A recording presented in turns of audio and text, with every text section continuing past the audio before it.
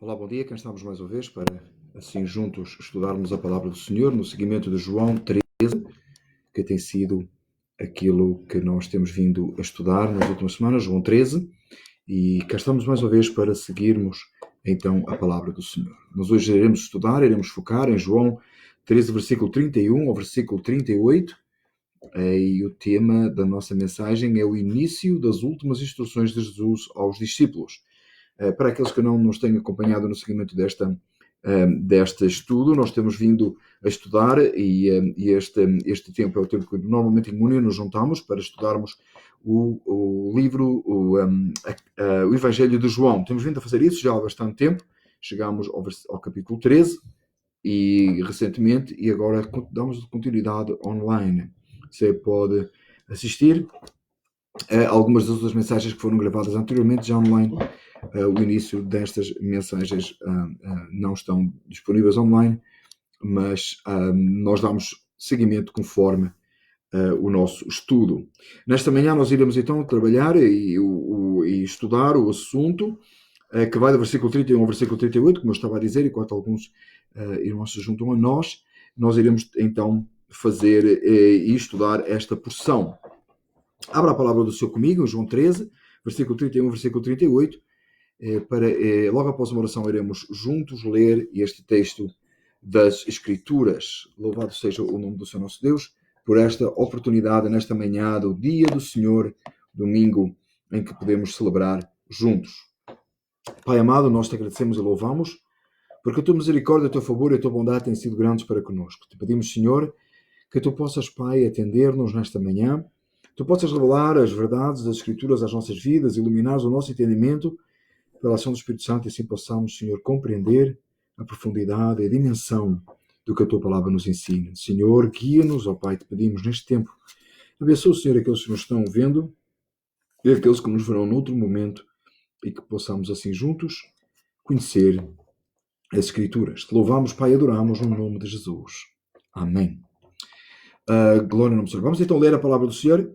Diz assim: tendo ele, pois, saído, disse Jesus: agora é glorificado o Filho do Homem, e Deus é glorificado nele. Se Deus é glorificado nele, também Deus o glorificará em si mesmo, e logo o há de glorificar. Filhinhos, ainda por um pouco estou convosco, vós me buscareis. E como eu tinha dito aos judeus, para onde eu vou, não podeis ir, vós ir. Eu vos digo também agora. Um novo mandamento vos dou, que vos ameis uns aos outros, como eu vos amei a vós, que também vós uns aos outros vos ameis. Nisto todos conhecerão que sois meus discípulos, se vos amardes uns aos outros. Disse-lhe Simão Pedro: Senhor, para onde vais? Jesus respondeu: para onde eu vou não podes seguir-me, mas depois me seguirás. Disse-lhe Pedro: por que não posso seguir-te agora? Por ti darei a minha vida. Respondeu-lhe Jesus: tu darás a tua vida por mim? Na verdade te digo que não cantará. Te digo, não cantará o galo enquanto me não tiveres negado 3 vezes. Até aqui a palavra do Senhor. E este é o estudo deste dia. Nós entendemos que o contexto que está no momento é aquele da última ceia. Jesus lavou os pés aos discípulos, e ele predisse que Judas o ia trair. Nós encontramos isso na primeira parte e segunda do capítulo 13. Estamos na terceira parte, a última parte do capítulo 13, do versículo 1 ao versículo 20, nós encontramos Jesus lavando os pés aos discípulos, etc. É importante para o contexto daquilo que vamos estudar hoje, a meio da mensagem desta manhã.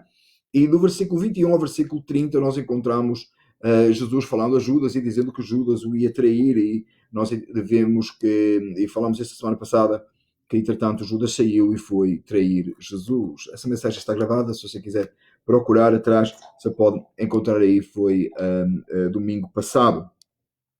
Hoje, então, nesse mesmo contexto, Jesus começa a falar com os seus discípulos e vai-lhe dar instruções. É aqui que nós encontramos o capítulo, por exemplo, 14 de João. É aqui que nós encontramos, nesse contexto completo, que nós encontramos mais tarde, inclusive a oração sacerdotal de Jesus, etc.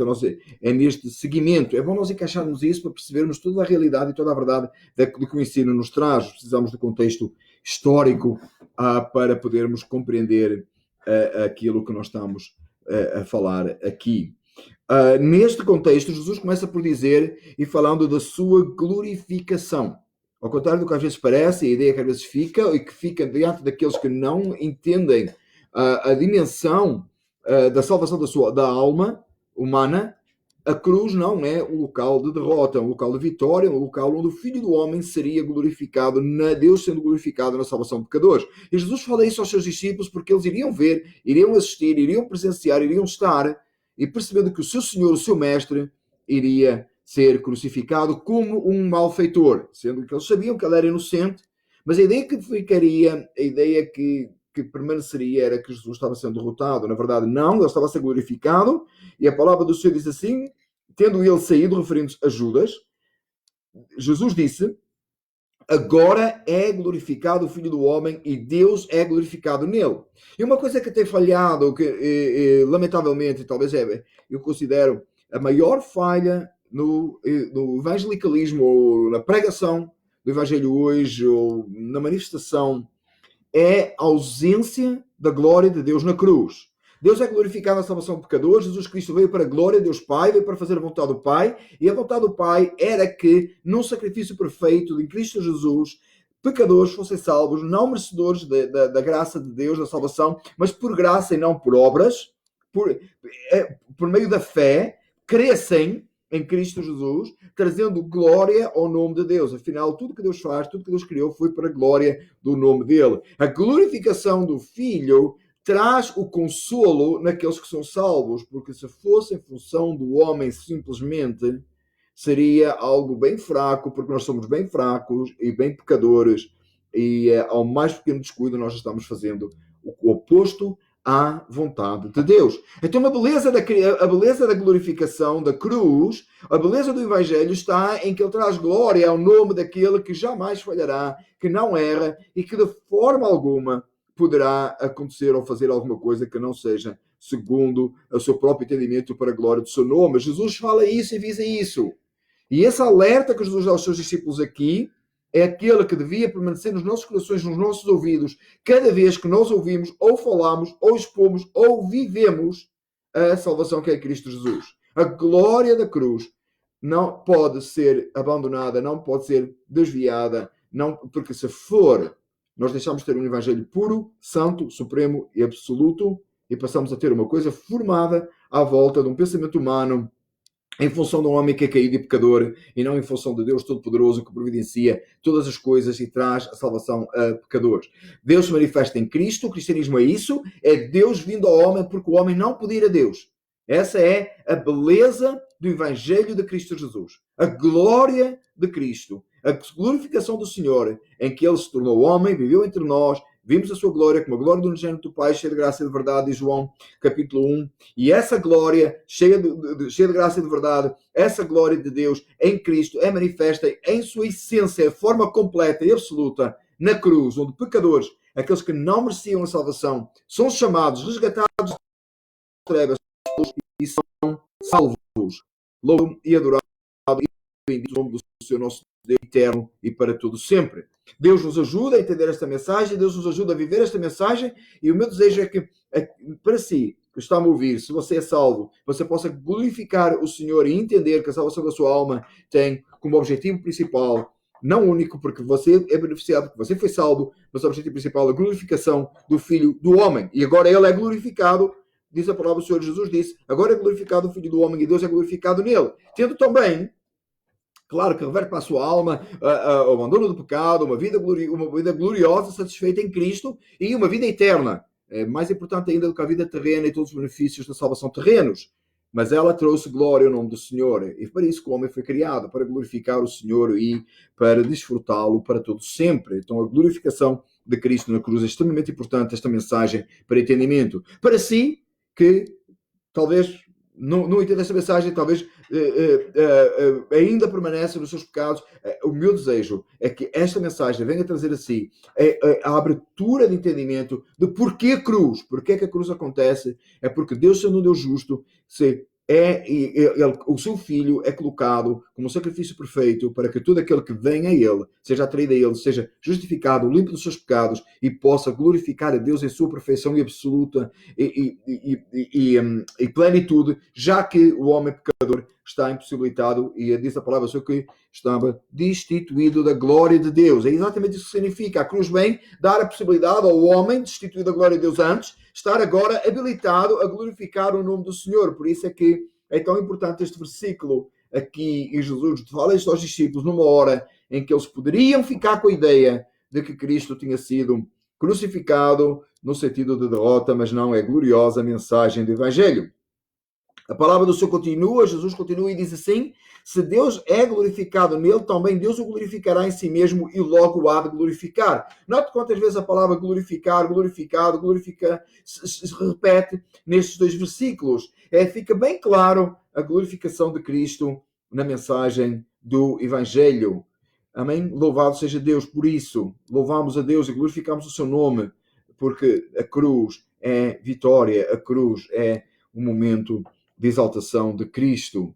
No versículo 33, nós encontramos o seguinte: Jesus fala mais uma vez aquilo que ele já tinha vindo falar antes, e nós encontramos em João 7, 33 a 36, João 8, 21 a 23, Jesus diz o seguinte: filhinhos, que bonito, né? Palavra bonita, filhinhos, ainda por um pouco estou convosco, vós me buscareis, e como tinha dito aos judeus, para onde eu vou não podeis vós ir, eu vos digo também agora.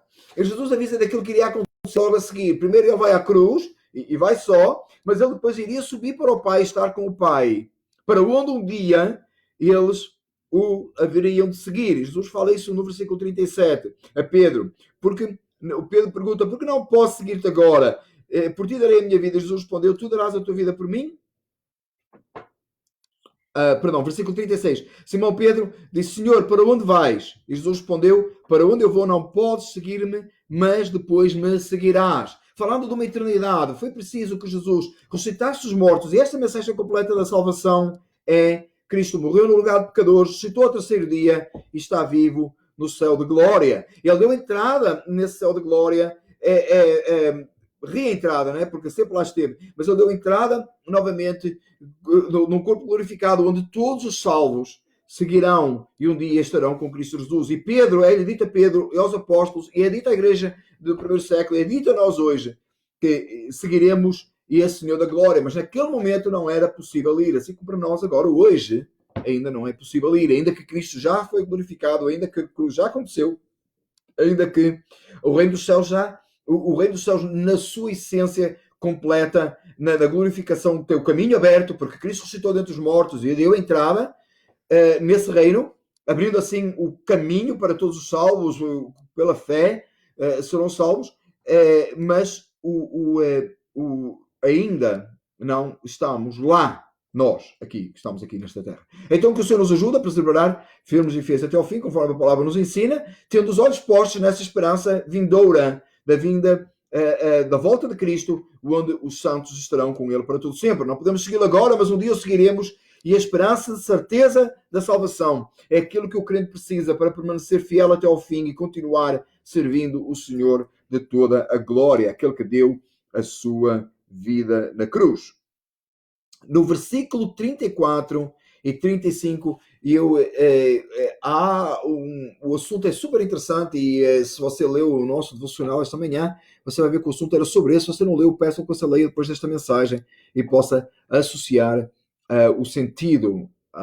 Jesus disse aos seus discípulos algo muito interessante: um novo mandamento vos dou, que vos ameis uns aos outros, como eu vos amei a vós, que também vós uns aos outros vos amei.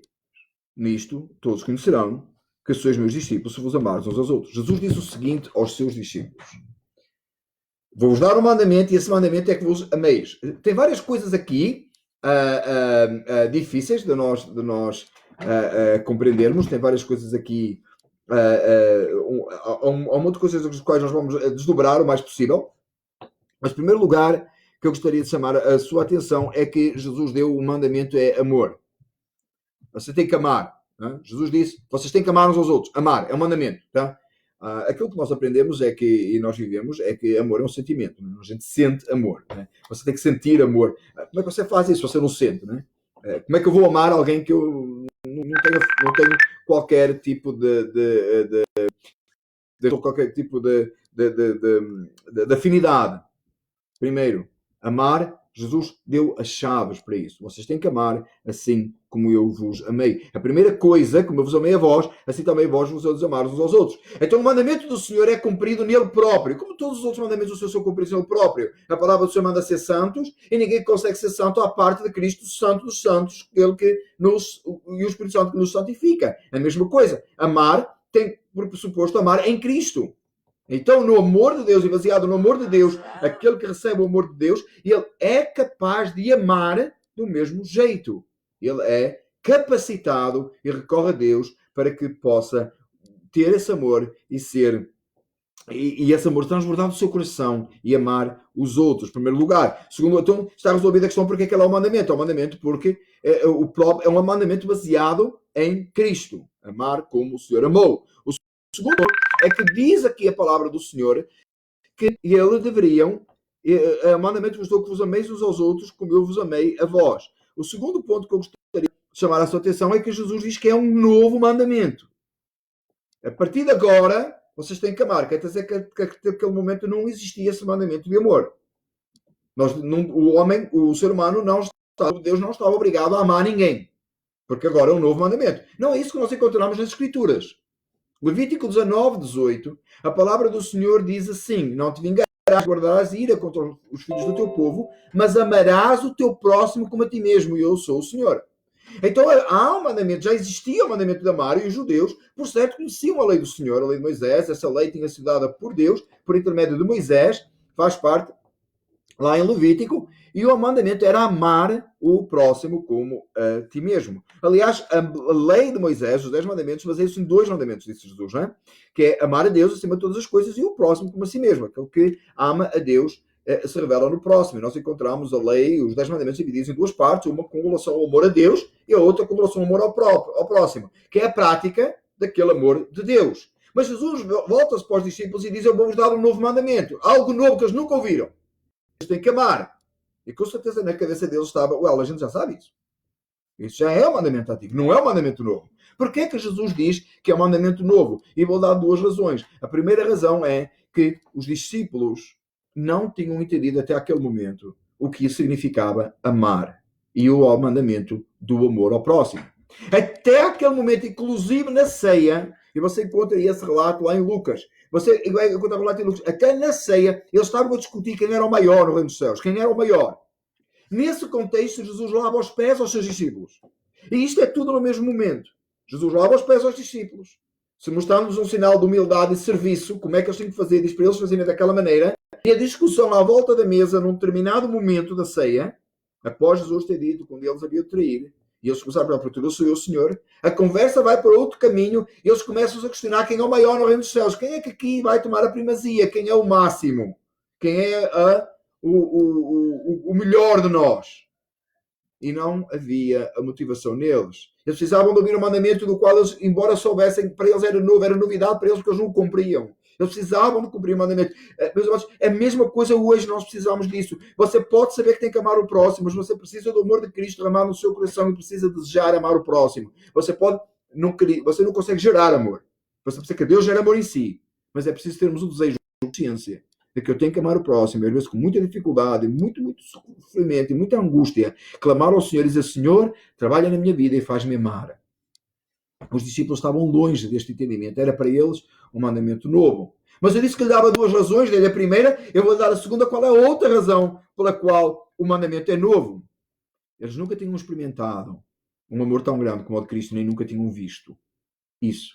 Eles entendiam que Deus os amava e que Deus tinha prometido o Messias estava ali, eles sabiam que era ele, mas eles não percebiam ainda a dimensão e tudo o que envolvia. E quando Cristo se entrega no lugar deles, como um sacrifício perfeito, eles puderam entender que este mandamento tinha uma prática nova. Não nova porque Deus inventou esse plano ali, não nova porque foi uma coisa que aconteceu agora ali que Deus disse: vou ter que resolver aqui. Não. Essa plano existia desde a fundação do mundo. O Cordeiro foi imolado antes da fundação do mundo.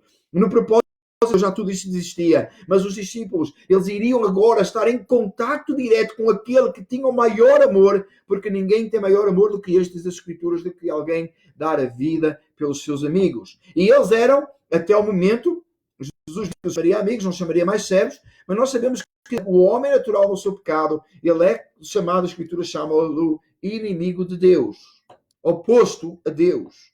E nessa posição de inimigos de Deus, Cristo vem para dar a sua vida, não pelos seus amigos, mas por aqueles que eram, não da parte de Deus, da parte do homem, inimigos de Deus. Não há maior amor do que este. Este era um amor novo. Este era um amor que eles não podiam experimentar. Este é um amor em que vem da parte de Deus só. O homem não ama a Deus por natureza. O homem ama o pecado e ele próprio por natureza. O homem ama o mal por natureza. Deus é santo e puro em toda a sua santidade. E o homem, experimentando o amor de Deus, é por isso que volto a dizer, todo este mandamento tem que ser cumprido pelo amor de Deus. Quando Deus ama, o nosso coração transborda do amor de Deus, a gente vai, ama o próximo, a gente se relaciona com o próximo e a graça do nosso Deus Jesus Cristo vem sobre a nossa vida num amor claro e absoluto pelos nossos irmãos em Cristo. O novo mandamento vos dou, que vos ameis uns aos outros, como eu vos amei a vós, também vós uns aos outros vos ameis. E note a dimensão e a importância deste amor que é derramado do que vem do próprio Senhor, que os discípulos estavam para experimentar. Veja a importância deste amor em que diz assim: nisto todos conhecerão que sois meus discípulos se vos amardes uns aos outros. Deixa-me dizer uma coisa. O cartão de visita do salvo da Igreja de Cristo Jesus é o amor.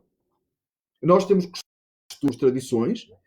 Nós temos, na nossa igreja, o costume de usar gravata, pelo menos o que prega. Nós temos costumes de reunir não online. Esta é uma situação diferente. Nós costumamos reunir, sentar de determinadas formas. Nós temos buildings, logo da igreja, temos edifícios, nós temos os locais de culto que nós somos, mas nenhum desses representa realmente Cristo Jesus se não houver um amor incondicional, um amor supremo, sobrenatural entre os irmãos. Nisto todos conhecerão que sois meus discípulos se vos amardes uns aos outros. O amor de Deus é derramado, ele é conhecido no mundo pelo amor com que os irmãos se amam, a forma deles se conduzir. E, obviamente, sem dúvida, você por certo viu isso e reconhece isso no livro de Atos dos Apóstolos na igreja do primeiro século. E por não falar de João, a forma como João expressa nas cartas o amor de Deus e a forma como ele expõe esse amor. Que o Senhor nosso Deus nos faça entender e faça entender a Igreja de Cristo que o cartão de visita não é a denominação, não é a versão da Bíblia que usa, não é os hinos que canta, mas sim o amor de Deus. Note, porém, que não estou a dizer aqui que a questão da denominação, a questão congregacional, que a questão da Bíblia, a versão da Bíblia que você usa, os hinos que você canta, não são importantes. São extremamente importantes. Especialmente do que refere a batismo e ceia do Senhor, é extremamente importante. E com certeza não somos contra a tradição, no sentido de tradição cristã boa. Tá? Por certo. Mas não é isso. Você pode ter tudo isso. Se não houver o amor de Deus derramado no seu coração, você não vai amar o seu irmão. Cristo não é revelado. Porque Cristo não é o seu Salvador e o seu Senhor. Porque quando Cristo é o Senhor e Salvador, a gente entende o amor de Deus, a gente olha para a cruz, vê a glorificação do Filho, como vimos no versículo 31 e 32, e então a gente olha, percebe, segundo o versículo 33, que Jesus foi, e no João 14 vai dizer que ele foi preparar um lugar e viria outra vez, e levaria para ele mesmo, e que entretanto viria o Consolador. A gente percebe esse momento, e olha e diz, tenho um mandamento agora, eu preciso o cumprir. E se o amor de Deus está derramado no meu coração, eu vou cumprir esse mandamento, eu vou buscar cumprir esse mandamento, eu vou pedir a Deus que Deus trabalhe na minha vida para que isso seja uma realidade. Em tudo isto, Simão Pedro então usa da palavra e diz, Senhor, para onde vais? Como eu já li há pouco. E Jesus respondeu, para onde eu vou não podes seguir-me agora, mas depois me seguirás. E Pedro seguiu Jesus, né? E interessante na segunda história, não é um registro bíblico, ele seguiu tanto, né, que ele foi inclusive crucificado. Né? E nessa crucificação, ele pediu para ser crucificado de cabeça para baixo, porque não era digno de ser crucificado como Jesus foi. Deus nos ajuda, né? Deus nos ajuda. Exemplo extraordinário. E ele realmente seguiu Jesus. E às vezes a gente fica com aquela ideia só, né, de que Pedro negou Jesus, né? Negou Jesus. Veja quem Pedro foi depois da restauração. Nós precisamos ser restaurados. Nós podemos até conhecer a verdade do Evangelho. Pedro sabia quem era Jesus. mas mesmo assim, ele precisou de ser trabalhado, e quando ele foi trabalhado e moldado, ele verdadeiramente, ele seguiu Jesus até à morte. Isso se cumpriu mais tarde, não naquela altura, mais tarde. Jesus disse, mais tarde, me seguirás. Disse-lhe Pedro, então diz-lhe, Senhor, porque não posso seguir-te agora, por ti darei a minha vida. E este assunto é importante. Muitas vezes nós fazemos assim, a gente chega a gente deixa-se levar pelo calor da emoção. E, lamentavelmente, nós temos conhecido isso entre cristãos. Num momento, numa emoção, às vezes numa conferência, num evento, a pessoa toma uma decisão e a pessoa enche o seu coração de emoção então, como uma chamada missionária. Eu vou ser missionário. Tenho outro, eu vou dar os meus bens, eu vou fazer tal coisa. Às vezes não passa de uma emoção. Passado um tempo, a coisa esfria e não é exatamente.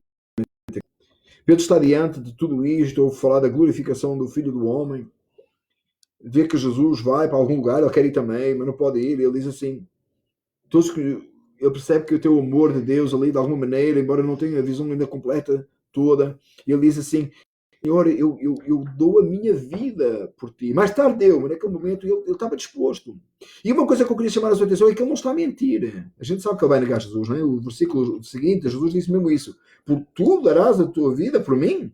Na verdade te digo, não cantará o galo enquanto me não tiveres negado 3 vezes. Vais-me negar 3 vezes, antes que o galo cante, antes que seja amanhã. Você olha para este texto e você diz, como é que Pedro pôde fazer uma coisa... Pedro não estava a mentir.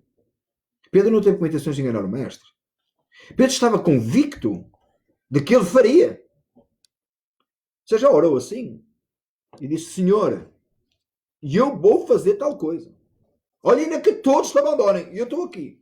Senhor, eu vou seguir até a morte. E eu sei que nós, às vezes, a gente realmente, do nosso coração, a gente pensa assim. A gente quer. A gente faz esse compromisso. A gente afirma essas coisas. A gente diz ao Senhor. Mas nós somos demasiado fracos. E quantas vezes a gente cai e não cumpre. A gente diz que vai fazer, mas não consegue. Faltam as forças. Foi um momento que a gente pensou bem, mas depois não conseguiu chegar lá. Escute. Se isso já aconteceu consigo, ou talvez você está a viver esse momento agora. Talvez você está neste momento agora. Eu prometi a Deus que eu vou fazer tal coisa, mas eu não fui capaz. Eu não segui. Eu falhei. Deus está desapontado comigo. Interessante quando a gente pensa, né? Deus deve estar muito desapontado comigo. Não é? Mais do que com Pedro? Será que é pior? Pedro volta-se para Jesus e diz, eu vou-te seguir até a morte. E Jesus disse, não vai dar amanhã que tu não tenhas negado. Será que Deus não sabia? Jesus não sabia? Jesus sabia até que lhe disse. Mas Jesus sabia a intenção do coração de Pedro. Jesus sabia o que é que Pedro realmente queria fazer. Jesus sabia que Pedro era fraco. Se você está nessa posição, vá aos pés do Senhor. Não deixe de fazer o seu compromisso. Não deixe de dizer, Senhor, eu vou-te seguir, mas entenda que você sozinho não chega lá. Mas entenda também que Deus não fica desapontado consigo. Sabe porquê? Porque Deus não está à espera que você faça por si próprio. Porque Ele sabe que você não é capaz. Ele sabe que eu não sou capaz. Dependemos da ação do Espírito Santo sempre. Dependemos de Deus. Numa posição de humildade. Diante do Senhor deve ser, Senhor, eu vou-te seguir. Eu vou firmar os meus pés na rocha. Eu vou viver sem pecar. Você já afirmou isso? Eu nunca mais vou pecar contra ti. Você sabe que você é pecador. Você sabe que a sua natureza é pecaminosa. A palavra do Senhor diz. Isso e mostra. Mas a convicção, a dependência, essa convicção tem que vir acompanhada de uma dependência de Deus. E dizer, Senhor, fortalece-me e ajuda-me. O Senhor não fica desapontado conosco, porque Ele sabe que nós não somos capazes. Mas isso não isenta a nossa responsabilidade de não pecar contra Deus. Isso não isenta a nossa responsabilidade de não fazer o que é certo. Isso não isenta-nos daquilo que é a nossa culpa. Mas a nossa culpa maior é de não depender de Deus. A culpa maior de Pedro aqui foi não depender de Jesus. E dizer, Senhor, ajuda-me. Você lembra daquele episódio? É um episódio nas Escrituras que eu gosto muito da vida de Jesus, em que Jesus disse ao homem lá que tinha um filho doente, disse que tem fé, e ele disse assim, Senhor, ajuda a minha incredulidade. Jesus disse, se tu crês, ele disse, Senhor, ajuda a minha incredulidade. Ele disse, eu creio, mas ajuda a minha incredulidade. É exatamente essa a posição que Pedro deveria ter aqui. Senhor, eu quero te seguir até à morte, ajuda-me a eu ser capaz Porque eu sou fraco. E não foi isso que mais tarde aconteceu na vida de Pedro. E se você conhece a vida de Pedro, você sabe isso. Se você não conhece, leia a vida de Pedro. Foi isso exatamente o que aconteceu mais tarde. Depois de tudo isto passar, ele foi, chorou amargamente, ele notou que negou Jesus, chorou amargamente. Quando ele voltou, Jesus ressuscitou dos mortos, apareceu Pedro, faz aquele diálogo com Pedro: Simão, tu amas-me? Não, tu amas-me? E mais tarde nós vemos Pedro pregar 3.000 almas, quase 3.000 almas, em pouco tempo. A igreja de Jerusalém está com 5.000 convertidos. Eles batizaram 3.000, quase 3.000 num dia. Aquilo que é difícil a gente entender como é que foi possível, mas a palavra diz que foi, então foi. Aconteceram coisas extraordinárias na vida de Pedro. Pedro foi fiel até à morte e foi crucificado de cabeça para baixo. Nunca mais dependeu dele próprio. Ele aprendeu a lição e dependeu de Deus. Se essa é a condição da sua vida, se você está desanimado porque você pecou contra o Senhor, se você está abatido porque você fez aquilo que era errado, ou talvez você tenha feito sempre errado, quantas vezes você já arrependeu do seu pecado e voltou a fazer a mesma coisa? E você diz: não dá mais. Eu conheci uma vez uma pessoa que disse: eu tenho que organizar, eu tenho que arranjar a minha vida para depois eu vir para a igreja. E lamentavelmente vão 10 anos e ainda não aconteceu. Porquê? Porque ninguém é capaz por si próprio. Você não é capaz por si próprio de abandonar o pecado, de abandonar a sua vida. Porque o seu coração é enganoso. A sua mente está corrompida pelo pecado. É por isso que nós precisamos do Senhor. Nós precisamos do Salvador. Nós precisamos de Cristo Jesus. A gente precisa de identificar o nosso pecado, identificar a nossa fraqueza e a nossa impossibilidade de resolver. É por isso que toda a honra e toda a glória vem do Senhor e é para o Senhor. Neste dia, eu lhe aconselho que você identifique o seu problema. Identifique qual é o seu pecado, qual é a sua área de fraqueza. A coloque aos pés do Senhor e diga: Senhor, tem misericórdia de mim. Eu tenho um desejo de mudar, mas eu não consigo. Opera tu em mim. Busca Deus. Receba o consolo do Espírito Santo e saiba que o Senhor operará na sua vida. Não tente por si próprio. Você vai se machucar. Você vai se ferir, vai se magoar. Você vai magoar outros. Você vai prejudicar outros. Porque o nosso pecado traz consequência para os outros. Mas quando nós vamos aos pés do Senhor e dizemos: Senhor, eu não sou capaz, tem misericórdia de mim, o Senhor vem e opera na nossa vida. Foi isto que faltou a Pedro. E o meu desejo é que isto não falte a si. Esta é a minha confiança, a minha esperança é o Senhor. É por isso que a glória do versículo 31 e 32 é de Deus, porque é Ele que opera em nós o quebrantamento e o arrependimento. É por isso que nós entendemos no versículo 33 que há um lugar para onde o crente vai morar, que vai seguir Cristo, baseado na obra do Calvário em Cristo Jesus, Senhor toda a glória. Há um novo mandamento. Um mandamento que precisamos experimentar. E aquele que tem o amor de Deus derramado no seu coração, ele ama o seu irmão, o seu próximo, ele cumpre os mandamentos, os 10 mandamentos. E ele segue de todo o coração o Senhor até ao final, dependendo unicamente de Deus. O meu desejo para si é que esta palavra toque a sua vida, que o Espírito Santo de Deus possa usar estas simples palavras, esta pequena exposição, neste texto tão profundo da Escritura, e traga a si uma esperança de vida eterna. O meu desejo com esta mensagem é que Cristo Jesus seja exaltado na salvação de pecadores. Que Cristo Jesus seja exaltado na conversão, no arrependimento de almas rendidas aos pés do Senhor. Não importa quantos anos você tem de crente, esta mensagem é para si. Arrependimento, voltar dos pecados, glorificação do nome de Deus, é mensagem para todos. Todos precisamos disto. Que o Senhor nosso Deus seja exaltado na sua vida, na minha vida, na família Philadelphia, New Jersey, para a glória de Deus Pai. Oremos. Amado Deus, nesta manhã, eu te peço, Senhor, pela minha vida, pela vida da minha família aqui comigo. Eu te peço pela vida da família Philadelphia. Senhor, que o teu favor e a tua graça estejam sobre nós. Senhor, aquele que está a ouvir ou que irá ouvir, eu te peço, Senhor, que por tua misericórdia tu salves, tragas um quebrantamento. Se já é salvo, tragas um quebrantamento hoje. E Senhor, se não é salvo, Senhor, que tu possas salvar. Senhor, as minhas palavras são pobres demais. Não tenho poder em mim, mas a tua palavra, proferida esta manhã, é poderosa para a salvação de pecadores. E eu creio no sacrifício perfeito e absoluto de Cristo para a salvação. Senhor, conforme Jesus falou, glorifica o teu Filho, para que ele te glorifique a ti, e nós te glorificaremos como igreja na salvação de almas para o teu reino. Senhor, a ti e só a ti, porque só tu és Deus, nós oramos. Amém. Louvado seja o nome do Senhor. Nós vamos cantar o hino número 4 e nós vamos cantar para honra e glória do nome do Senhor. Espero que você possa abrir aí o seu inário, se você tem, ou você pode procurar aí online, você pode por aí em qualquer motor de busca hino número 4, harpa cristal, você irá ver a letra e poderá assim cantar conosco, tá? Vamos cantar, temos um coral aqui bonito, tá, gente? Vamos cantar aí bonito para honra e glória do nome do Senhor. Amém. Não desanimes, Deus proverá, Deus velará por ti. Sobre suas asas te acolherá, Deus velará por ti.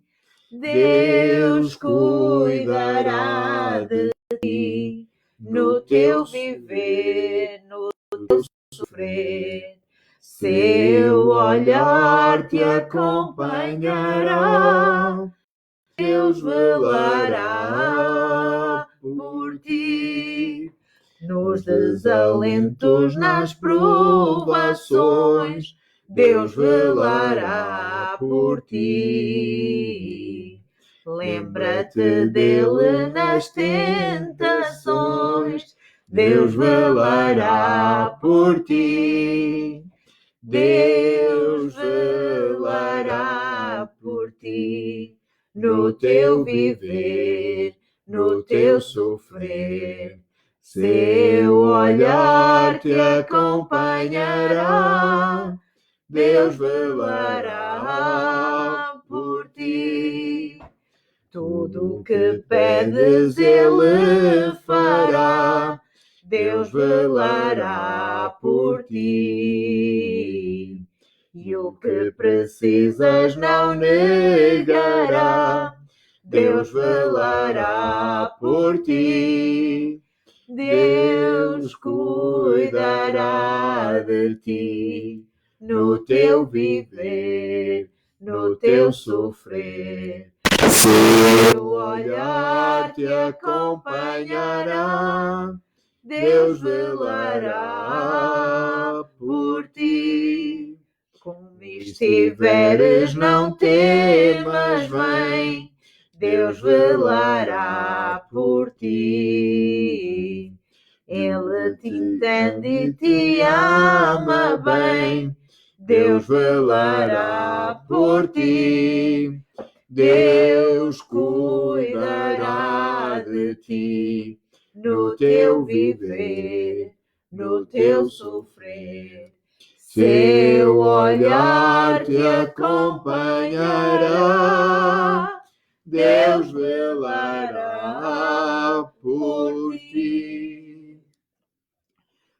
Muito obrigado por ter estado conosco e que este hino também possa tocar a sua vida. Nós somos a família Val, estamos aqui para o servir e assim trazermos a palavra do Senhor às suas vidas. Estaremos aqui logo à tarde, assim querendo Deus, para falarmos sobre avivamento. Abacuque, capítulo 3. Eu gostaria que você lesse durante este dia o capítulo 1, 2 e 3 de Abacuque, é um livro todo de Abacuque, bem pequeno, e isso ajudará no entendimento da mensagem desta tarde. Alguma pergunta, alguma questão que você tenha a liberdade de colocar aí o seu comentário e nós estaremos aí respondendo ou entre em contato connosco via Messenger em privado. Estamos aqui para anunciar a palavra do Senhor, o Evangelho de Cristo Jesus. Nós amamos a Deus e, como tal, queremos lhe trazer a si a mensagem do Evangelho tão necessária em todos os tempos. Não porque estamos em isolamento social, mas em todos os tempos a mensagem do Evangelho é necessária, ela é para a sua vida, ela é a maior riqueza que você pode ter. Tenha um lindo dia do Senhor. Deus seja glorificado e exaltado sobre esta terra. Até mais tarde. Bye.